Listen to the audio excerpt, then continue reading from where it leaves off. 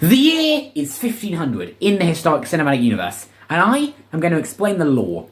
First up, we have the Duchy of Dieman. Dieman was once a great empire that spanned most of the map, until it, hit a succession crisis and split up into several pieces. The Duchy of Dieman was pretty unpopular outside of its heartlands, so most of the post-Dieman states had to denounce the Dieman Empire and say, oh no, yeah, we definitely weren't trying to become the Duke of Dieman, we overthrew the Duke of Dieman to gain independence and freedom for our peoples. We definitely don't covet the throne. Not every post-Dieman state did that, obviously. One of them was overthrown for being too pro-Dieman. Another one, the Incorporated States of Hatchlandia, also didn't denounce the Duchy of Dieman, and so they became the most totalitarian authoritarian state in the world to suppress rebellion. The third post-Dieman state that didn't denounce the former Duchy of Dieman was the Dieman Heartlands, pretty much the only place in the entire empire where the duchy was actually popular. The Dieman Heartlands are internationally recognised as the Duchy of Dieman, or what's left of it at least. Next up we have the Geosopiag Almighty Host.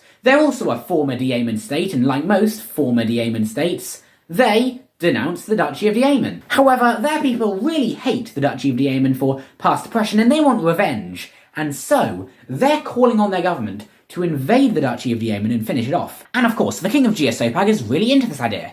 If this works, if he successfully invades Dieman, then he could fulfill his dream of becoming the Duke of Dieman. But he doesn't have the resources to invade Dieman. Instead, he needs to get those resources from the Grand Corporation of the Orange River. The Grand Corporation of the Orange River exports water, salt, and fish to Xerxia and Geosopag. And Geosopiag is trying to negotiate a deal with Orange to increase the amount of fish, water, and salt they get. If this deal goes through, Geosopiag will finally have the resources necessary to invade and finish off the single largest empire in human history. Another main character in this story is Xerxia.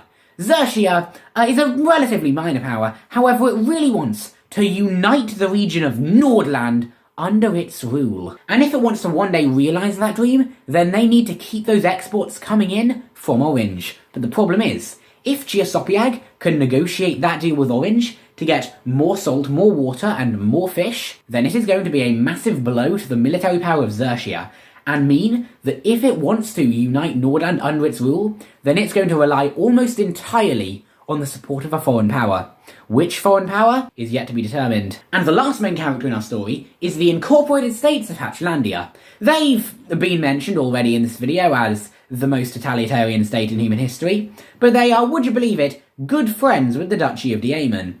But it's unclear whether or not they would defend Dieman if they were invaded. However, due to Dieman's military being complacent after not having fought a war in a long time, there is little doubt that if Geosopiag can get those resources from Orange, they will be able to relatively easily overthrow the Duke of Dieman. Dieman then has three options. Number one, prevent Orange from signing that deal with Geosopiag. Number two, dramatically improve the quality of their military. Or number three, secure a guarantee of support from Hatchlandia. A combined Dieman-Hatchlandic force might just be enough to save Dieman from certain doom. So, leave your suggestions in the comments. What is going to happen next? Who's going to win? What's the plot of this story going to unfold as? And also make sure to go over to the community tab. I post votes on the community tab, so people can, decide which plot lines they want to have.